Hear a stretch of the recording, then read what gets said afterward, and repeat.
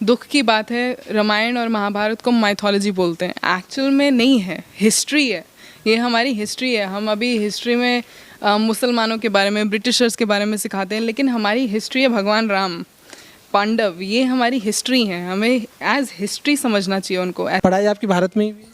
नहीं, मेरी education England से है और स्विट्ज़रलैंड में जॉब कर रही थी मैं। स्विट्जरलैंड में आपने जॉब भी की है, किस प्रकार की जॉब की आपने? मैं अकाउंटिंग फील्ड। इंग्लैंड में आपने काफ़ी एडवांस पढ़ाई की होगी, उस बेस पे आपको कहीं भी जॉब मिल सकती जी, है। फिर भारत में आके तो रेस्टोरेंट स्विट्ज़रलैंड में गई थी, तो वहाँ पे काम करते हुए मेरे को बिल्कुल अच्छा नहीं लगा। जैसे लोग नॉनवेज खाते हैं वहाँ पे, बहुत कभी मन नहीं कर रहा है कि नहीं अब यहीं इसी ऐसो आराम में जीते हैं, भारत को छोड़ो? मन किया था। फिर गए थे, 2 साल वहाँ पे रहे थे, बिल्कुल अच्छा नहीं लगा। क्योंकि बात यह है कि तुम सर्व पापेभ्यो मोक्षयिष्यामि मा शुचः, भगवान कृष्ण बोलते हैं कि सभी धर्मों को छोड़कर मेरी शरण लो, मैं सभी नमस्कार दोस्तों, मेरा नाम है दीपक सिंह, आप देख रहे हैं प्राइम इंडिया। दोस्तों, वृंदावन के इस सीरीज़ में हम आपको अनेक प्रकार के विदेशियों से मिला रहे हैं जो कि भारत में आके किसी न किसी प्रकार से हमारे देश को अपनी सेवाएं दे रही है।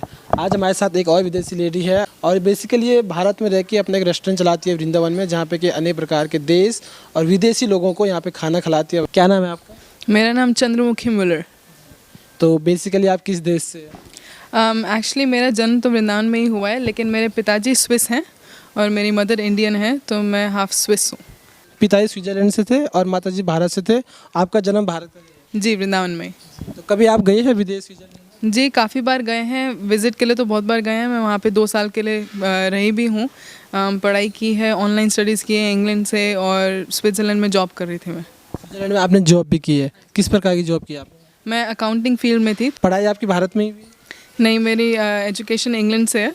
मैंने advance diploma in accounting and business किया है, ACCA है। जैसे अपना इंडिया में जैसे CA होता है, वैसे इंग्लैंड में ACCA होता है। तो मैंने काउंटर जो यहाँ पे हो। जी, हाँ जी। तो आपने इंग्लैंड में अपनी सारी पढ़ाई की है, इंग्लैंड में आपने काफ़ी एडवांस पढ़ाई की होगी, उस बेस पे आपको कहीं भी जॉब मिल सकती जी, है। फिर भारत में आके रेस्टोरेंट खोलने का प्लान कैसे? क्योंकि मैं वृंदावन में पली बड़ी हूँ, यहाँ पे यहाँ के संस्कारों के साथ पली बड़ी हूँ। एक्चुअली मेरे पिताजी तो स्विट्ज़रलैंड के हैं, लेकिन भक्ति से इम्प्रेस होके, जैसे श्रील प्रभुपाद ने पूरे विश्व भर में एक्चुअली प्रचार किया है, तो स्विट्ज़रलैंड में भी प्रचार किया था। तो वहाँ पे उन्होंने देखा इंडियन कल्चर को, बहुत ही आकर्षित हुए, तो वो इंडिया मूव हो गए। तो यहाँ पे मैं इसी कल्चर में पली बड़ी हूँ, भक्तों के बीच में। तो जब स्विट्ज़रलैंड में गई थी, तो वहाँ पे काम करते हुए मेरे को बिल्कुल अच्छा नहीं लगा। जैसे लोग नॉनवेज खाते हैं वहाँ पे, बहुत ही सारी ऐसी चीज़ें होती हैं जो कि मेरे लिए कम्प्लीटली फ़ॉरेन है। ऑल्दो मैं आधी स्विस हूँ, लेकिन बिल्कुल मैं रिलेट नहीं कर सकती उसके साथ, और मेरे को बिल्कुल अच्छी नहीं लगी। तो मेरे को लगा नहीं कि दैट इज़ अ लाइफस्टाइल जो मैं जीना चाहूँगी, बिल्कुल भी नहीं। तो आपने देखा होगा विदेशों में जो यंग लड़की होती है उसके लिए नशा या मांस खाना बहुत कॉमन सी बात होती है, लेकिन हमारे इंडिया में इतना नहीं है। तो ये आधे विदेशी है और आधे भारतीय है, जबकि ये विदेश में गए तो वहाँ पे उन्होंने ये सब चीज़ें देखे, अनकम्फर्टेबल हो गए, नशा वगैरह। बहुत बहुत, हाँ जी। तो अब मैं कह सकता हूँ कि आप ज़्यादा इंडियन है मतलब। जी, ज़्यादा इंडियन ही है, हाँ जी। जब आप इंग्लैंड में थे वहाँ पे कितने साल रहे आप? इंग्लैंड से मैंने ऑनलाइन पढ़ाई की है, तो इंग्लैंड में सिर्फ विज़िट के लिए गई हूँ। 2-4 बार गए हैं, 1-2 महीने के लिए, लेकिन रही मैं स्विट्ज़रलैंड में थी 2 साल के लिए। जैसे आप स्विट्जरलैंड गए होंगे कई बार, तो वहाँ का लाइफ स्टाइल तो यहाँ से कभी काफ़ी अच्छा होगा, एडवांस होगा, लग्जरी लाइफ होंगी वहाँ पे। तो कभी मन नहीं करा, क्योंकि वहाँ पे भी आपका ठिकाना है रहने का, पापा का घर है, वहाँ पे आप रह सकते हो अगर चाहेंगे तो कभी मन नहीं करा है कि नहीं अब यहीं इसी ऐसो आराम में जीते हैं, भारत को छोड़ो? मन किया था। फिर गए थे, 2 साल वहाँ पे रहे थे, बिल्कुल अच्छा नहीं लगा।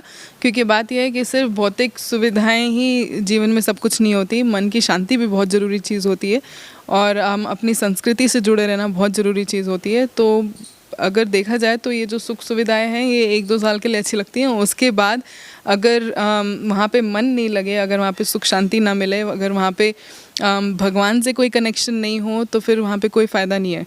वहाँ के लोग बहुत एडवांस्ड है मटीरियली, लेकिन उनके जीवन में ऐसा सच कोई पर्पस नहीं है, कोई लक्ष्य नहीं है, उनको आध्यात्मिक जीवन के बारे में कोई ज्ञान नहीं है, कल्चर भी बहुत कम है वहाँ पे। जैसे कि इन्होंने बोला कि भौतिक सुविधाएं पर्याप्त नहीं है, जैसे कि आपके पास कार है, गाड़ी है, घर है, तो वो काफ़ी नहीं है। मन की शांति इज़ इम्पोर्टेंट, उसके लिए आप भारत आए हैं। और भारत को आपने जैसे बोला कि अपनी संस्कृति बिना जीना मुश्किल है, मतलब आपने भारत को मान लिया अपनी? जी, बिल्कुल अपनी संस्कृति है।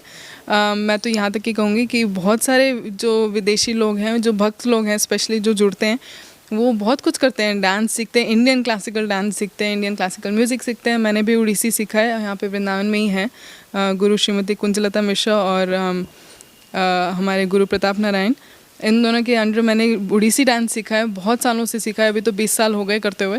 और बहुत सारे लोग हैं जो इंडियन क्लासिकल म्यूज़िक सीखते हैं, आयुर्वेदा सीखते हैं, क्या कुछ नहीं सीखते। मैं एस्ट्रोलॉजी भी करती हूँ, वैदिक एस्ट्रोलॉजी। तो इन सब चीज़ों को हम होल हार्टेडली लेते हैं। ऐसा नहीं है कि सिर्फ एक भाग को ले लिया बाकी सब कुछ छोड़ दिया। इंडियन कल्चर में जितना सब कुछ आता है आप देखेंगे बहुत सारे विदेशी लोग कर रहे हैं। दुख की बात यह है कि आजकल इंडियंस कम कर रहे हैं, वो एक चीज़ है जो इंडियंस को भी बढ़ाना चाहिए, ये सारी चीज़ें कंटिन्यू करनी चाहिए। एग्जैक्टली इन्होंने बहुत बड़ी बात बोली। मैं हर वीडियो में ये बात बोलता हूँ क्योंकि जो लोग हमारे देश की संस्कृति को क्रिटिसाइज़ कर रहे हैं या छोड़ना चाहते हैं, तो उन्होंने बोला कि जो विदेशी लोग हैं वो भारतीय क्लासिक डांस को करते हैं, यहाँ की संस्कृति को मानते हैं, लेकिन दुर्भाग्य ये है कि भारत के लोग नहीं मानते हैं। तो अभी आपके मम्मी पापा कहाँ पे है? मेरे मम्मी पापा यहीं पे, दोनों यहीं पे रहते हैं? हाँ जी। कभी कभी जाते हो स्विट्जरलैंड? जी कभी कभार जाते हैं, और अभी तो कोविड की वजह से गए नहीं पिछले 2-3 साल से, नहीं तो हर साल जाना होता है। जब आप वहाँ पे 2 साल रहे तो उस दौरान आपने कोई ड्रिंक वगैरह किया? बिल्कुल भी नहीं, नहीं। आपके फ्रेंड्स हैं वहाँ पे? फ्रेंड्स हैं लेकिन वही हैं जो भक्त हैं, क्योंकि भक्त वहाँ पे भी हैं। अच्छा, वहाँ के जो रहने वाले लोग हैं वो आपके दोस्त नहीं है वहाँ पे? नहीं, ऑफिस में थे लोग जिनको हम जानते थे, लेकिन कोई स्पेशल फ्रेंडशिप वगैरह नहीं, क्योंकि फ्रेंडशिप तो उन लोगों के बीच में हो सकती है जिनके बीच में कुछ कॉमन हो।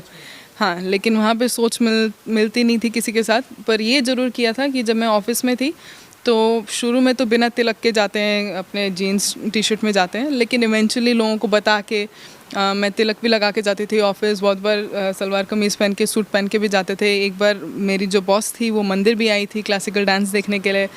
तो बात यह है कि हमें अपनी संस्कृति नहीं छोड़नी, बल्कि अपनी संस्कृति पे भरोसा करके दूसरों को बताना है उसके बारे में। और विदेशी लोग बहुत इम्प्रेस होते हैं इन सब चीज़ों से। उनके लिए यही बहुत बड़ी बात है कि कोई नॉन वेज नहीं खाता, कोई ड्रिंक नहीं करता, स्मोक नहीं करता। ये बहुत बड़ी बात है उन लोगों के लिए।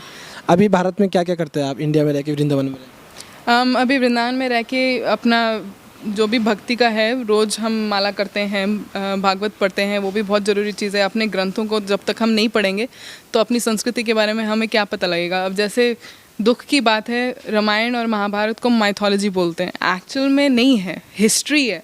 ये हमारी हिस्ट्री है। हम अभी हिस्ट्री में मुसलमानों के बारे में, ब्रिटिशर्स के बारे में सिखाते हैं, लेकिन हमारी हिस्ट्री है भगवान राम, पांडव, ये हमारी हिस्ट्री है। हमें एज हिस्ट्री समझना चाहिए उनको। ऐसा नहीं है कि वो किसी का मनगढ़ंत कहानी है, एक्चुअल में हिस्ट्री है।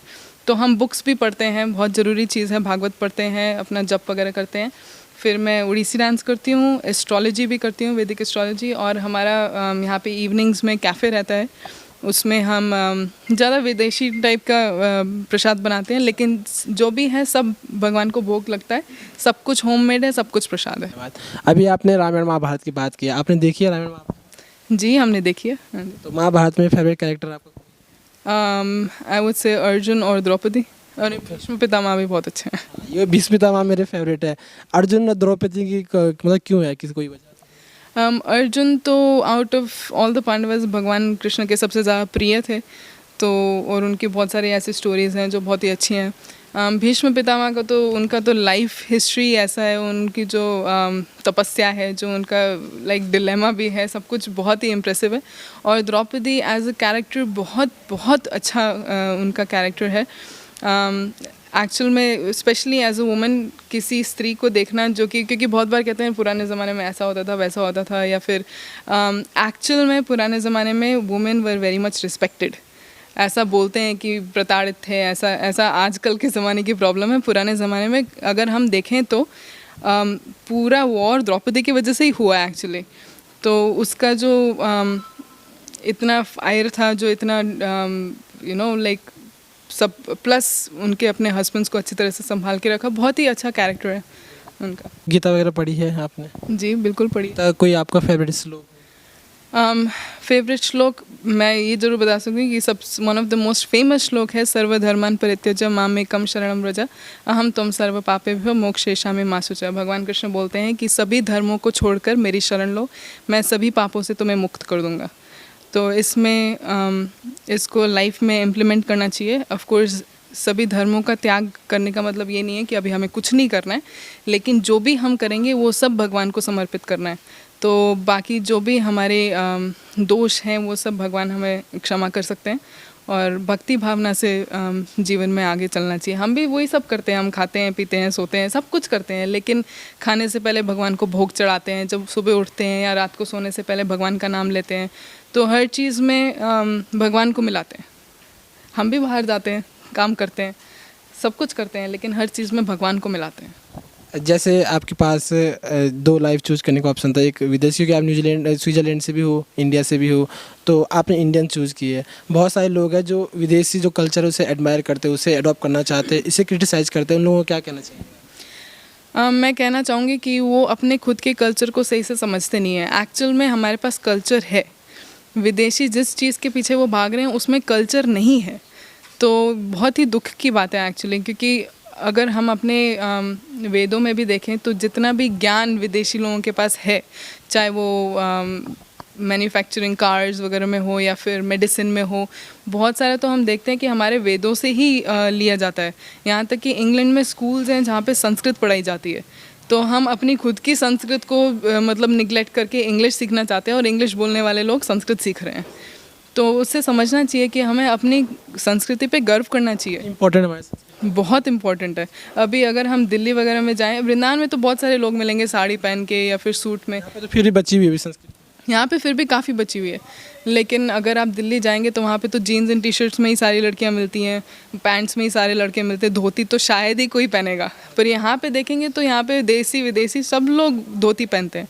तो अपना कल्चर को बचाना चाहिए, और ये बहुत बहुत ज़रूरी है, बहुत ज़रूरी चीज़।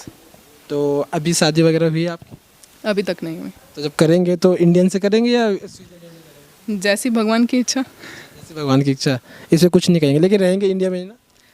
प्रयास तो पूरा यही रहेगा कि इंडिया में ही रहे, क्योंकि ज़रूरी है कि भक्त हो, जिनकी सोच वैसी होनी चाहिए, भक्त की होनी चाहिए। लेकिन हमारी तो यही इच्छा है कि वृंदावन में ही हो या फिर इंडिया में ही हो। किस प्रकार के मेन्यू बनता है आपके पास, क्या क्या डिशेज बनती हैं? हमारे पास सब कुछ है, पिज़्ज़ा, पास्ता है, सैंडविचेस है, बर्गर्स हैं, रैप्स है। किस टाइम पे शुरू होता है? 6 बजे, शाम को 6 बजे से 9:30 बजे तक।